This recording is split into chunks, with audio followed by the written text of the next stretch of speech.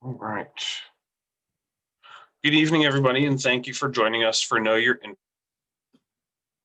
Industry, a discussion on treating your art as a professional service.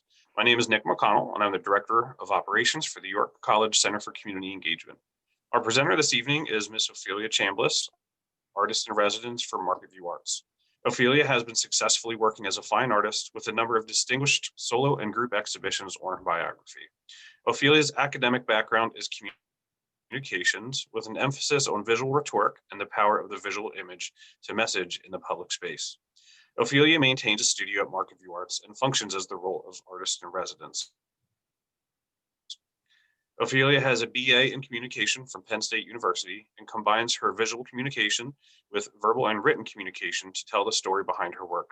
She has an MA in communications from Penn State University with an emphasis on critical media discourse analysis.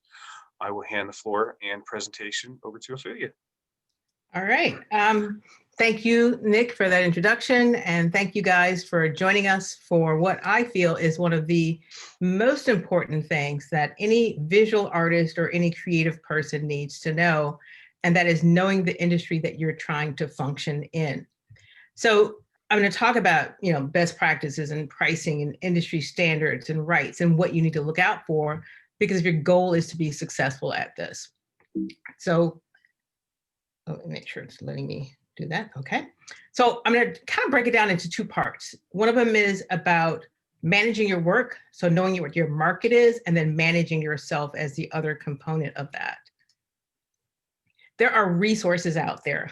One of my favorites is the artist market. So if you are new to the industry, in particular college students who are trying to figure out, well, where can I sell my work? Where can I market my work?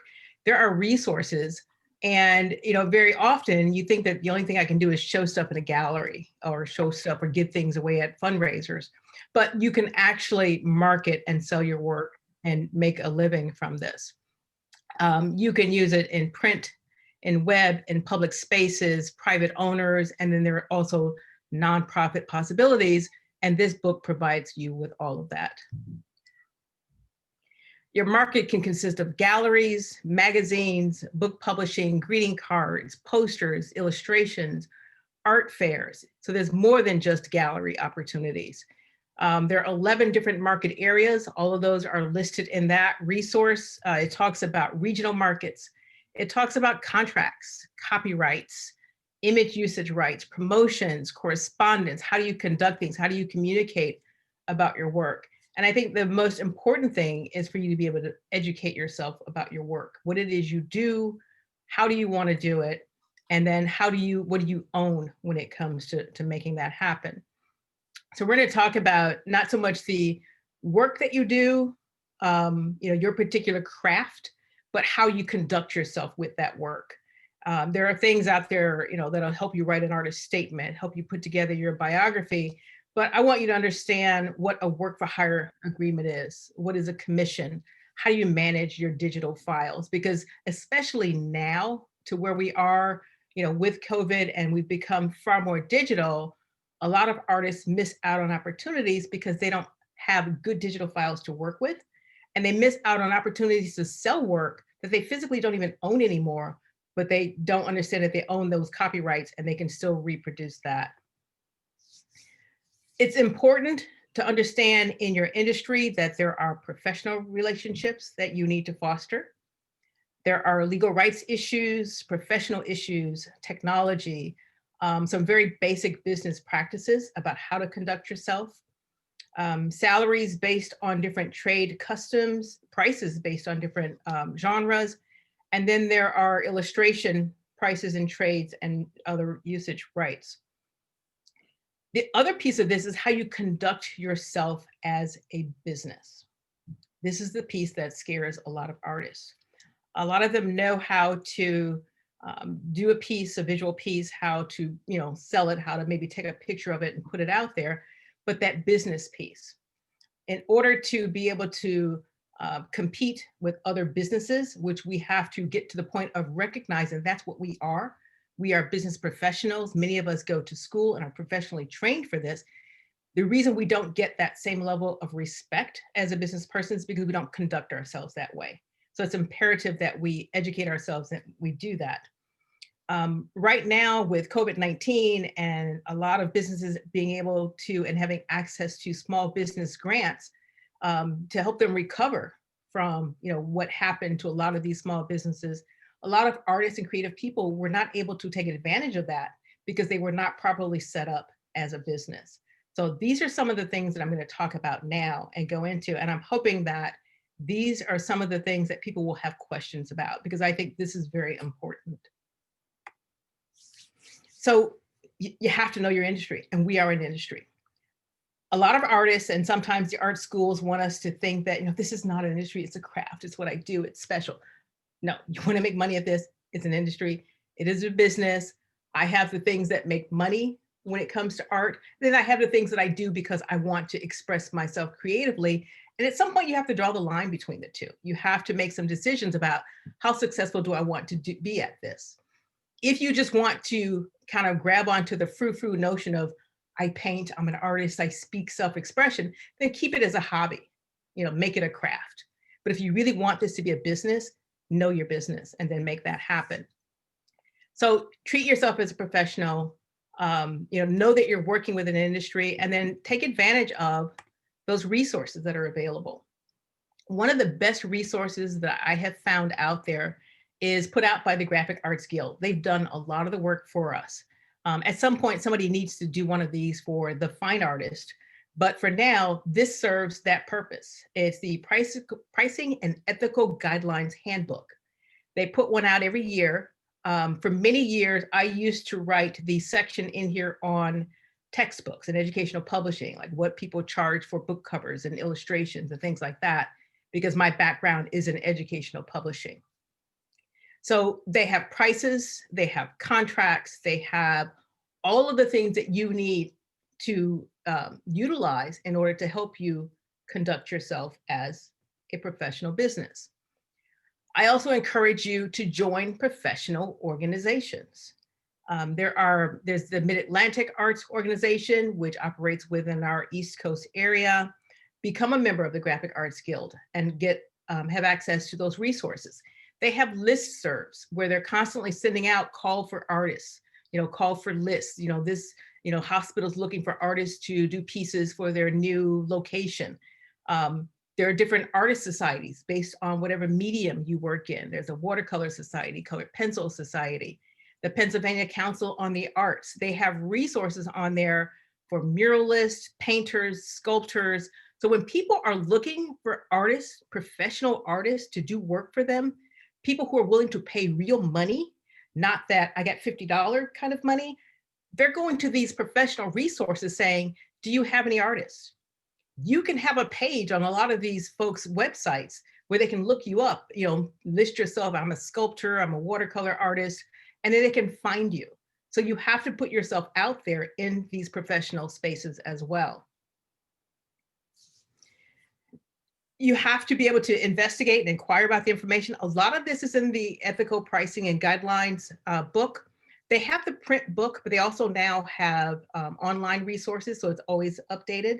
You can see what other artists are getting paid for murals. You can see how other artists are practicing, their craft in paintings or working in hospitals or working in large venues. One of the things on my bucket list is to do a piece of art that's going to be installed, a large piece in an airport. That's on my bucket list. So I get on those listservs. I look, anytime there's a new airport, they're redesigning, they're putting in a new wing. I want to get on that list because I want to fulfill that as a thing that I want to do professionally with my art. The book has information about registering for copyright, different freelance rates. There'll be jobs where you want an hourly rate, and then sometimes you want a piece rate. You want to understand what a work for hire is versus a commission. All of those definitions are there. And very often you will find yourself in a situation where a client wants to work with you and do something with you. They don't understand the terms. So it's your responsibility to educate them. Then, they'll describe the project. You say, oh, well, that's a work for hire. Here's what I'm going to do. Here are the rights that I'm going to give you for this piece of artwork. Here are the rights I'm going to maintain. So you have to educate them. You have to lead their thinking in terms of what this project is. Otherwise, they will be leading you through the entire project. and you get to the end of the day, and for that $50, you've spent $212 trying to make this piece of artwork. You have to know your rights when it comes to reproduction rights, modification, distribution, performance rights, public displays, divisible rights.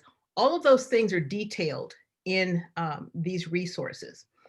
We have natural copyrights to some things. There are some things that I might think might make a great reproduction at some point. I'm going to put a copyright on those so it doesn't get reproduced by someone else.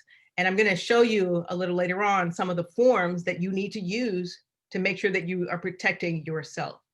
I do a lot of public installation mural type pieces to where if something were to happen to it, or it lived its lifetime, they want to change it later, I have the right to first refusal to make those changes for them before they go to someone else. So you need to understand what that means when it comes to, where your rights are with that artwork.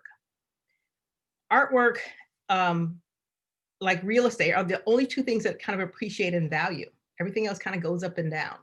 So it's an investment for a lot of people, and it serves many purposes. And I could go into what it does for, the human being and well-being and how people operate. But it's a very important thing. And I have found that even now through COVID, people are reaching out and still making those connections through art even more. So it's incumbent upon us to step up to the plate. The book talks about one-time rights, first rights. We are in a global world now, so you have to think about, is this global rights? Is this North American rights? Are these purely electronic rights?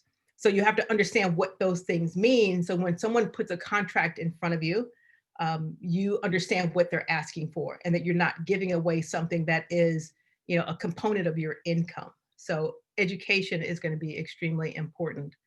And I'm going to take this opportunity to say again, digital files, good reproduction files.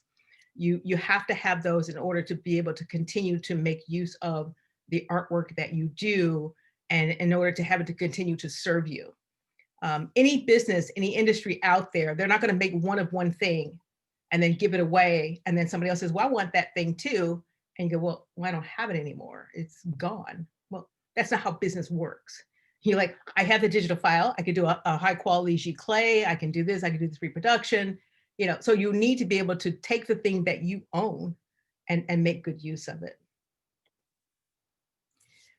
Standard business practices. You need to understand how to write a good invoice, learn how to itemize, and understand what the scope of a project is, and then have terms that are attached to how you get paid for your projects. Artists will do an entire project, work on something for 6 or 7 months and not see a dime until the end of it. That's not how business works. So, understand the terms of getting a deposit up front, letting people put their money where their mouth is so that you can invest your time to take it to the next level. Being able to spell out the scope of the work. It's X number of pieces, it's this big, the size of a bread box, that high, it's purple, it's green, it's this is how much paint I need, so that in the event that the scope of that project changes, the client, 2 months in, they said, this is looking really good. I think I want 2 of them. Can you do another one, for another $10? No, it took me $50 to do this one. It's going to take just as much to do that one. If you itemize and spell out the scope of the work so that it's very specific, so that if they just simply want to maybe just make a copy of it, then, okay, that's a production cost, that's over here. So you need to understand your process. Very often when creative people are doing a project and they're struggling to make money on it, you're either doing it wrong or you're giving it away, meaning you are spending way too much time on it to make it cost effective, or you're not pricing it correctly. So you have to think about that. And what's wonderful about some of these books that I'm talking about, these resources, is they kind of give you an idea of what's a going rate for some of these things. And then you establish your rate, and don't be afraid of the math. Do percentages, increase things 10% every year.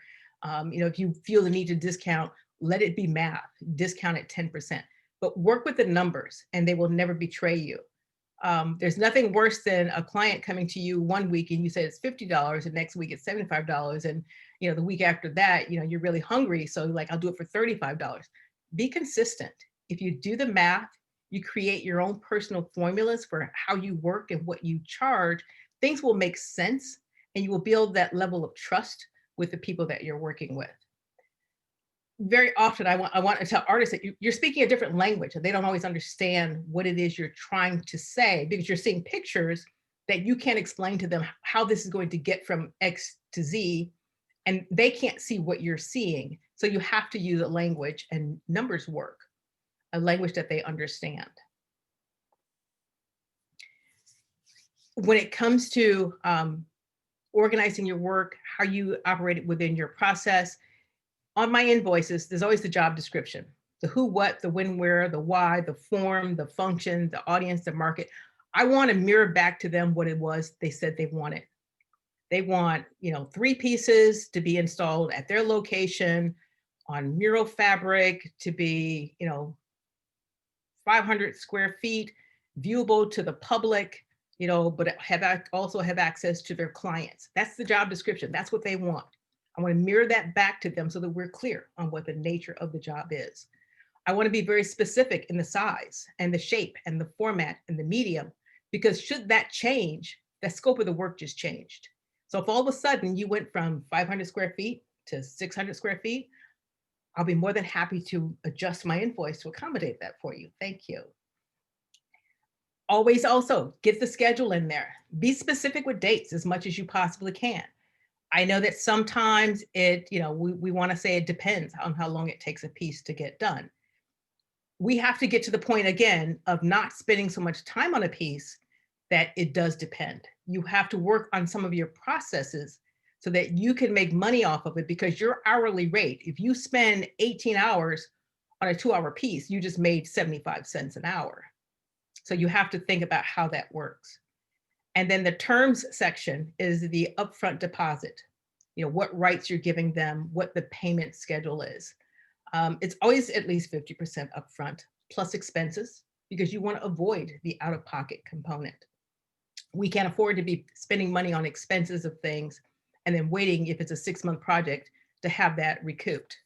So itemize and payment schedule. So think about breaking it down in tasks. There's design tasks, there are production tasks. Once I do the design, come up with the idea, this is what it's going to look like, feel like, here's my sketch, it becomes production. Think about your materials. Those are out-of-pocket expenses. You want to make sure that that's covered. There are costs, making copies, shipping, transportation, and then there are expenses related to having someone assist you with this project. Again, that's a really quick way to eat into the money that you're trying to make off of a project if you have not taken all of those things into consideration. Now, people talk about the starving artist. No, artists make good money, but they give it away, or you don't take into consideration all of those things. You order something, or the plumber's coming out to your house, they have an hourly rate. They have an hourly rate down to the quarter hour. They will even start charging you from the time they leave their location and gas mileage, because they know how to make money. They know how to charge for their time. And basically what we're selling is a lot of time, but what we're selling is very creative time. We're selling a very unique service, a craft, a gift, so to speak. And then there are the things that, again, sometimes can be very challenging, but understanding what you need to do to set yourself up as a business. So there's the W-7 form, which is a government form. Apply for an EIN number. That's a taxpayer ID number. A lot of people use their social security number, but when you want to be able to apply for business grants, business loans, apply for even government projects, you need this information on file someplace. When people are looking for either minority or women-owned businesses, they're going to the Commonwealth or they're going to other government agencies. They're looking for the people that are listed there. People who are listed there need to have an EIN number. So you need to be prepared and make this your New Year's resolution. I'm going to get all my business stuff together. So get that business certificate. File for doing business as. You can do your own name if you want to, but have that done. apply for it through the Commonwealth, get that business certificate. That also opens up a lot of different doors for you to be able to quote and bid on projects. Have blank copies of a W-9 available. So when you do work for clients and they want to issue a 1099 tax document at the end of the year, you have this form, you have an EIN number that you can put on there so that they can provide that information for their tax records and your tax records as well. Once you get your doing business as name and your business certificate, open a business bank account. Run all of your expenses through that bank account. You buy new paint, new canvas, new easel, that only comes out of that bank account. Don't go get groceries from there, strictly business. So to be able to set yourself up in such a way that you're prepared to handle business and manage business when it comes to you. And those are all very easy things to do. And again, I encourage people to, make that your New Year's resolution, to apply for this paperwork, get your certificate, get your doing business as, download all the forms that you need. And what's really cool is all of this information is inside the ethical practices and handbook. So you can have that link to those things, but they're all available out there online, and you want to register with the Commonwealth to get these. Now, I went through some of that pretty quickly because I'm hoping to have some questions too, but this is the one thing that I really want to cover and talk about: beneficial relationships and allies and what your business plan is. So if you have a business plan that does not account for,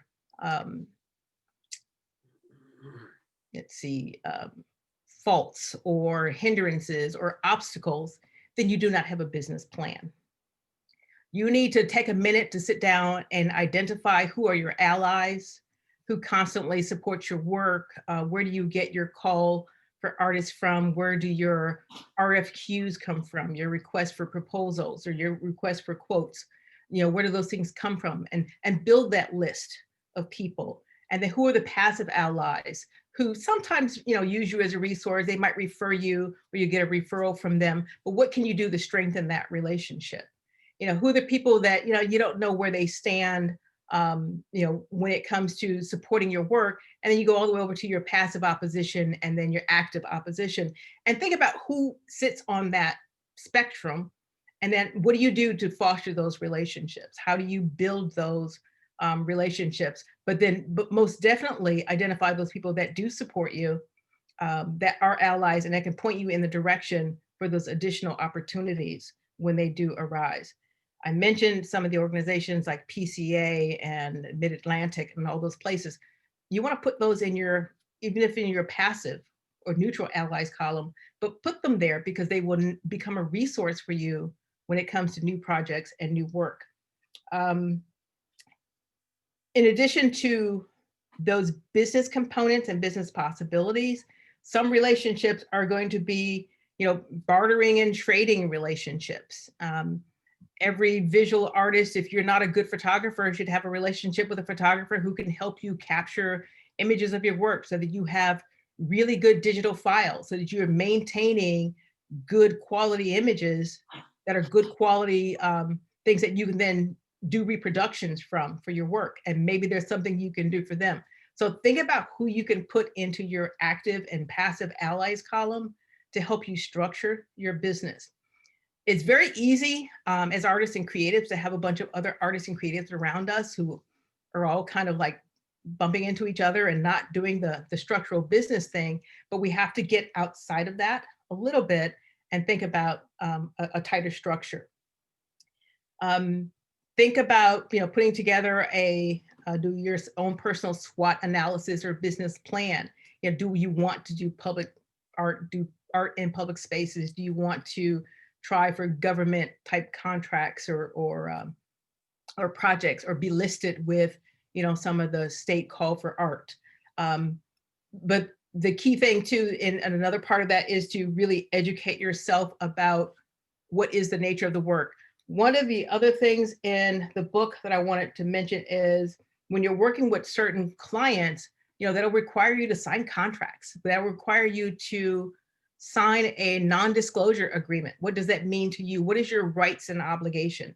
You don't want to get caught by breaking someone's non-disclosure agreement and owing them, hundreds of thousands of dollars because you let out some proprietary secret, or, constantly showing their images on Facebook when they haven't seen them yet. So understand what your rights and responsibilities are.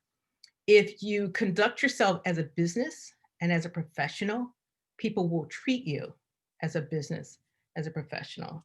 So it's incumbent upon you to take a look at that, to recognize what the resources are, who your allies are, what's available to you. And there's a lot. And I think a lot of people assume that it isn't, but it is there. And then to make sure that you take advantage of that, especially going into a new year. I think we have an excellent opportunity now going forward to make all of that happen. So that's most of the notes that I have here. And I open this up for as many questions as you may have. I'm going to end show and stop share.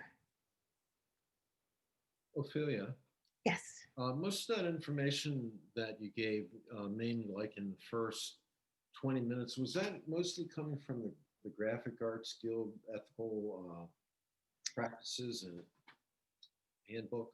Yes. Yeah. Most of that is from the Ethical Pricing and Guidelines Handbook. Yes.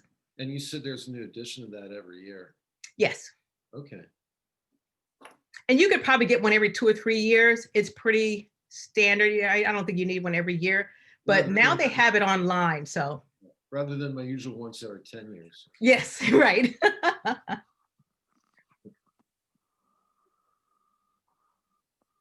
Well, Pierre, I'm interested in kind of the collective part of this, and we have talked about this a bit, but a lot of other industries have benefited, even like Screen Actors Guild and other industries have benefited by collective bargaining. Are there examples of that? And is that something you think York would benefit by, to kind of bring artists together and talk about, let's see if we can't support each other in fair pricing and things like that? I think York would definitely benefit from that. I don't have a lot of examples of it because a lot of artists want to be, individuals and think their thing is different and special, but that's focusing on the work piece of it. So yeah, I think that could happen for business components. I think we can go in as groups for legal advice. I tried to make arrangements with the one firm about just educating people about copyright law and what they need to do and helping them with the forms and the paperwork, and then going in as a collective. I think it would be great to be able to form our own kind of a guild. At one point, I thought that the Pennsylvania Arts Experience, I was really kind of pushing them to go in that direction, to be that for the arts community.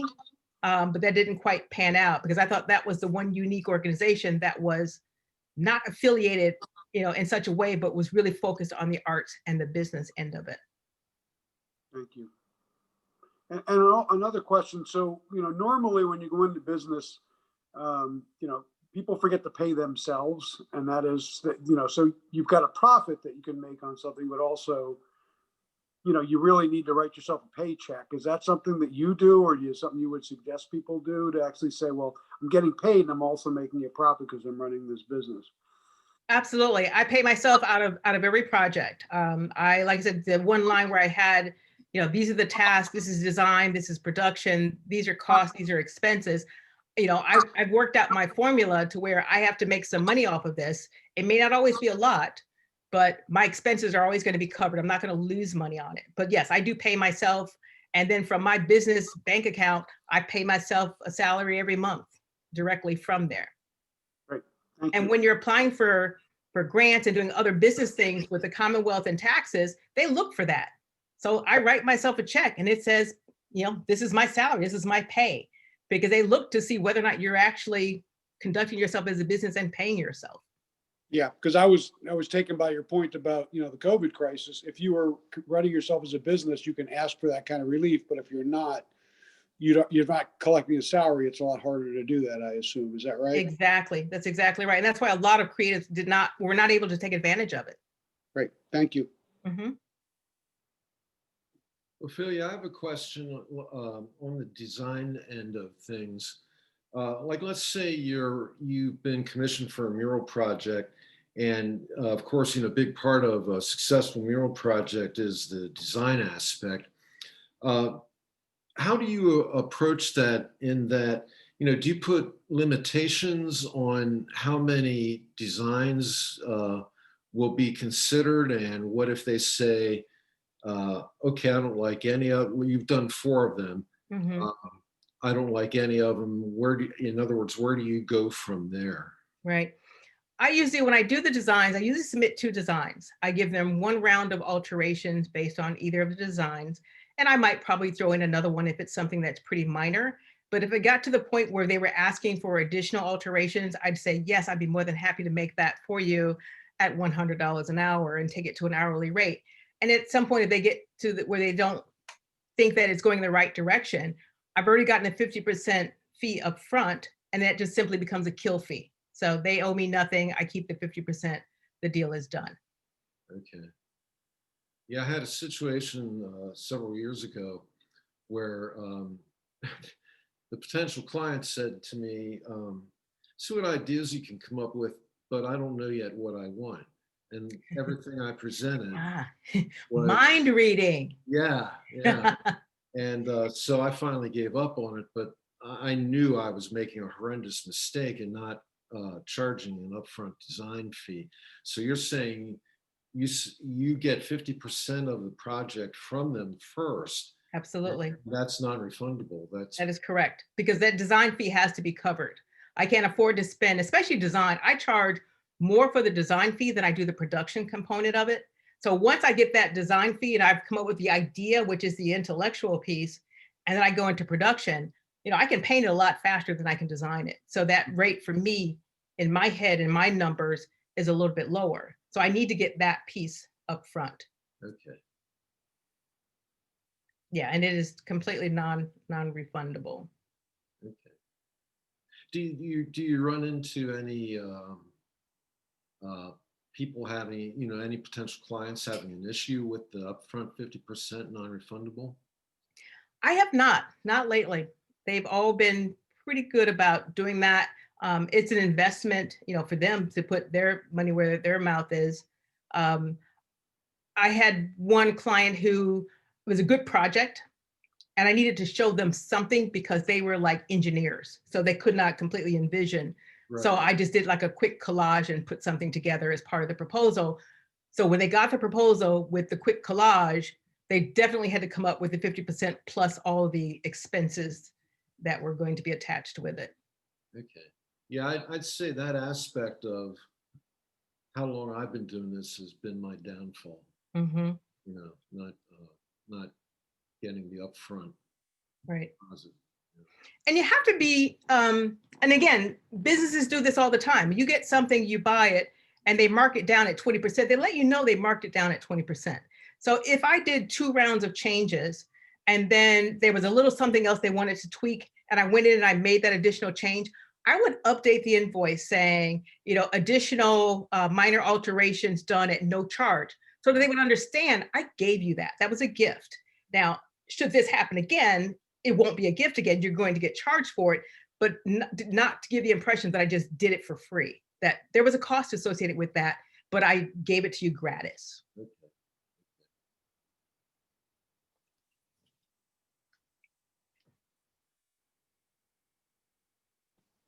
You're muted, Nick. That would help. Yep. Huh? We had a question come in via the chat. Christine wants to know how you handle quoting when you're faced with a difficult project where you cannot be absolute with the amount of time involved. Do you write in a disclaimer or something so that you're covered financially? If you're doing it, if you don't know how much time it's going to take, then don't do it hourly. You have to make up in your mind, what's it worth to you? So like with paintings, then you might want to go with, again, math is your friend. You want to go with measurements. I charge $200 a square foot for just a straight up painting. So if it's a commission, that number is going to go a little bit higher. So I know, so it's not a matter of how long it's going to take. I'm doing this based on measurements. murals are based on measurements. So if you can't count on the time because your process is a lengthy one, because a client isn't going to pay you, $3,000 for an 18 by 24 inch painting because your process is a long process. So you have to work that out. You have to figure out what's a going rate and what's reasonable for them. So size might be the key.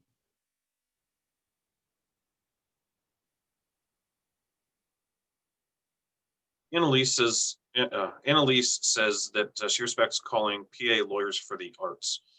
She has always recommended them if problems arise. Have you ever used them, and what are your thoughts on them? I have not used them.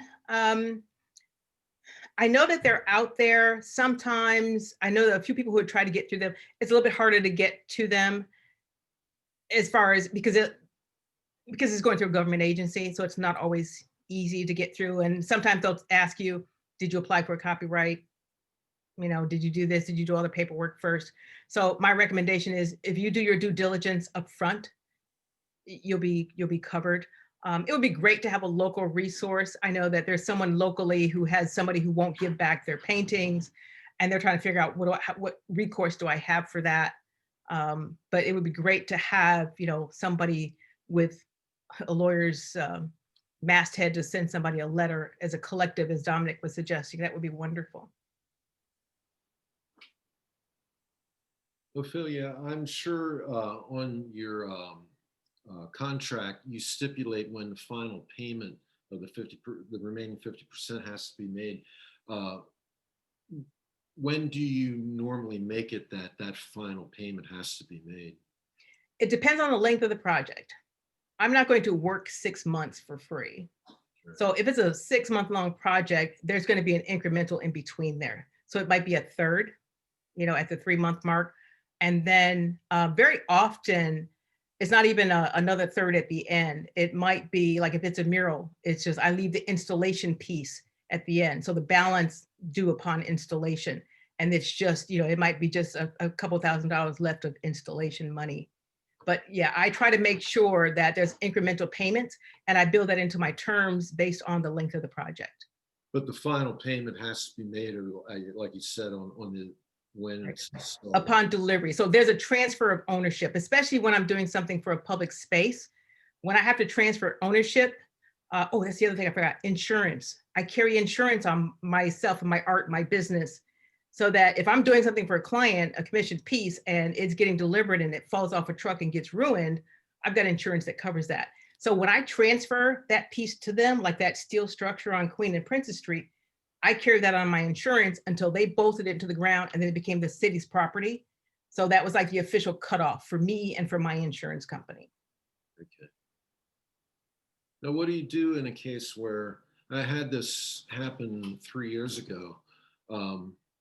I stipulated in the contract, final payment is due upon completion, and I complete it, and I get the line, "Oh, we forgot the check. We'll get that to you." But I would take the piece and go back to my car and say, let me know when you have that. It was a mural though, painted directly on the wall. Yes. Yeah. Just yeah, that's a tough one. I would think that if you know that within 3 days that you're going to complete the final brush strokes, that they need to have payment, that week. Like, I expect to conclude the project this week. Here's your invoice due, by the end of this week. So basically a reminder. Yes. Yeah. Okay. Yeah. Back to that, lead their thinking. They don't know. You have to educate them. And they probably thought that, oh, he's having so much fun at this. He probably doesn't even want the rest of his money. Yeah, you enjoy your work. You don't. That's right. You do this because you love it. No. There's do always this because I have a graffiti- mortgage. always graffiti too. You could always, yeah. There is that. I can always remove it. Yeah, no, that's definitely crossed my mind for sure. But I decided to be patient, and I got paid. Mm-hmm. Yes. Yes. Sometimes you can tell if they're going to come through. But yeah, remind them again. You have to lead their thinking. They don't. It's your responsibility to conduct your business. Not to expect them to go, oh, he's almost done. Should we give him a check now? Yeah. Okay. And reminders are a big part of it. Absolutely. I keep my clients up to date all the time. Some of them say, okay, we're good. We trust you. But again, some clients who they want to see something, they want to see progress. Okay. Ophelia Coyote wants to know, what are some of your recommendations to market yourself for commissioned work? I would go to the artist market, look up some categories that interest me. You might go to, say, publishing companies, and they might be, like right now, there's a whole genre of books and academic majors that are going to be around living while Black in America. So there's this whole consciousness raising. So people are looking for new book covers now, and art and illustration. So you might find a whole new market and industry in publishing for usage rights just for your artwork, or commissions for covers. So I would check the artist market, and you'd be surprised what you can do with your artwork. It's not just paintings. There are tons of things, annual report covers, magazines, just endless things. I used to do illustrations for AAA magazine, and they would pay $350 for a 2-inch illustration, a little 2-inch line art illustration, like every 3 weeks. So you'd be surprised. So check the artist market, and you can check it by region. So you just want to stick to the East Coast or Pennsylvania, it's all broken down. Annalise asked if you're on York 365 and how artists might use that resource. York 365, and I used to have that get their names out there. Yeah, it's cumbersome. I do have my work out there. I don't know how much traction comes from it. It's more of a calendar. So if I were to have a show or an opening or a reception, York 365 serves that purpose.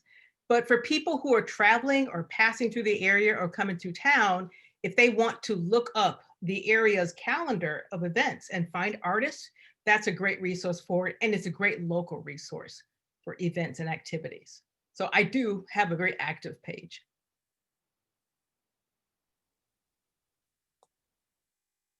Annalise also asks, is Artist Market an online resource, or how can she check into using that? It is online. There's a subscription. I guess you can subscribe to it and get all the updated stuff constantly.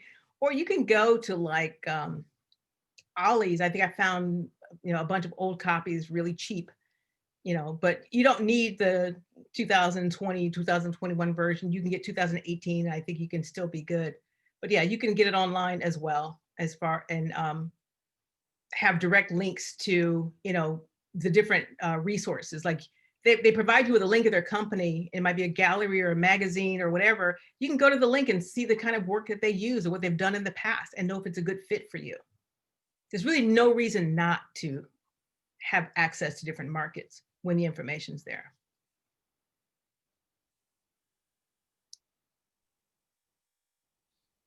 Is the Artist Market, is that best for one-time type projects or ongoing projects? It depends. It can be one time, it can be ongoing. What I have found that once you get hooked into a particular network that likes your work or uses your work, you constantly get calls. I got kind of hooked into the Hershey Hospital Network, and now I get calls for different projects where people get connected. I got hooked into the PAN, Public Art Network, for murals and things. So I get calls and referrals all the time. So I don't think it's a once and done thing. You can find once and done projects or gallery exhibits, but again, it's a network, it's an industry that you have to get in there and work it and utilize it.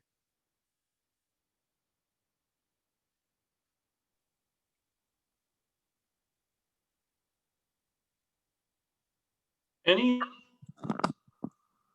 lingering questions from anyone?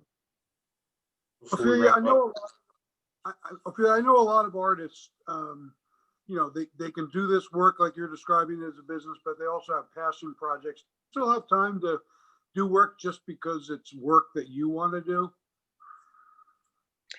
I do, sometimes not as much as I would like, but I do. I make it a point of doing the work that I want to do. But very often I find that the work, like I'll get a project that I'm so excited about, and the person might have made the connection because they like the nature of my work, that it is something I want to do. Because with me and my communication background, my whole idea is to solve visual communication problems. So when they come with a project, it is something that I want to do, and I find that very satisfying. But I also make it a point of doing the work I want to do, and that's why I kind of probably operate two different studios. I have my public work studio, and then I have my home studio where I do the oil paints, and that's the stuff that's, you know, near and dear, and that I can kind of spend my time playing with. And that's all about time management. I mean, if I were to, I didn't have it in this slide presentation today, I have an entire Gantt chart that breaks down teaching time, painting time, work time, I mean, all of these different things, so that I make sure that I allow for a little bit of everything. And there's golfing time in there too. Golfing time is very important. Yes, it is.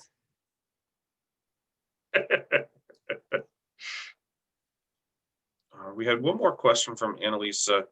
I'm not sure if I'm understanding it. So Annalisa, jump in to clarify if I butcher it. Do clients found on the artist market have their own contacts that may conflict with the recommended contact in the ethical pricing handbook? So if Annalisa found a job on the artist market, do they offer a price, or is it negotiable as far as the contracts? Very often on the artist market, they will tell you what they generally pay. They might say, we pay, you know, $100 to $1,000. That's the price range we're looking for, you know, and we buy X number of pieces per year. And we tend to look for new artists, you know, every January. So they give you everything you need to know. As far as contracts, some clients will have their own contract, but if you're going to lead their thinking and conduct your business the way you want to conduct it, instead of somebody else telling you how to conduct your business, you will have your own contract that you will use. And you might even ask them. I've asked clients, well, do you have an agreement form or an understanding memorandum that you use? I have one, if not, so that you can kind of spell out your own terms of how things are going to go. You don't want to have to operate under a contract that says we'll pay you when everything is done in about 9 months if we like it. No, that's not how this works. So you want to have your own contract, and some of them will have theirs, and but you want to read it. You want to read it.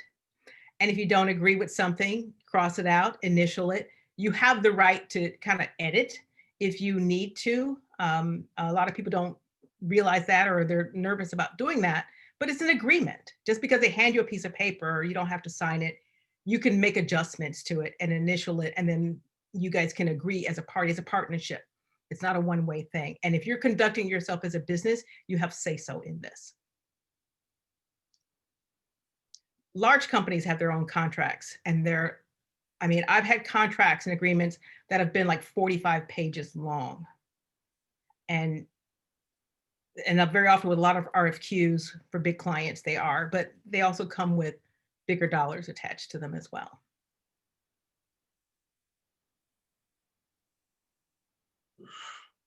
Thank you so much, Ophelia, for the wonderful information that you shared today. Really insightful, and I think we all got a lot out of it. Thank you, everybody, for joining us, and thank you for your wonderful questions as well.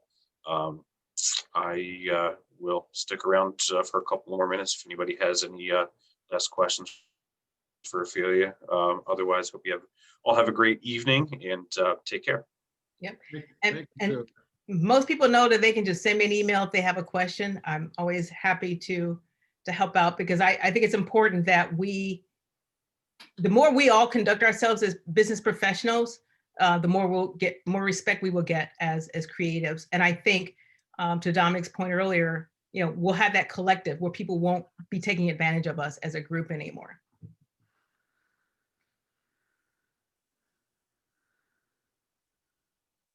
Thanks again, everybody. Thank you, Stop recording guys. now.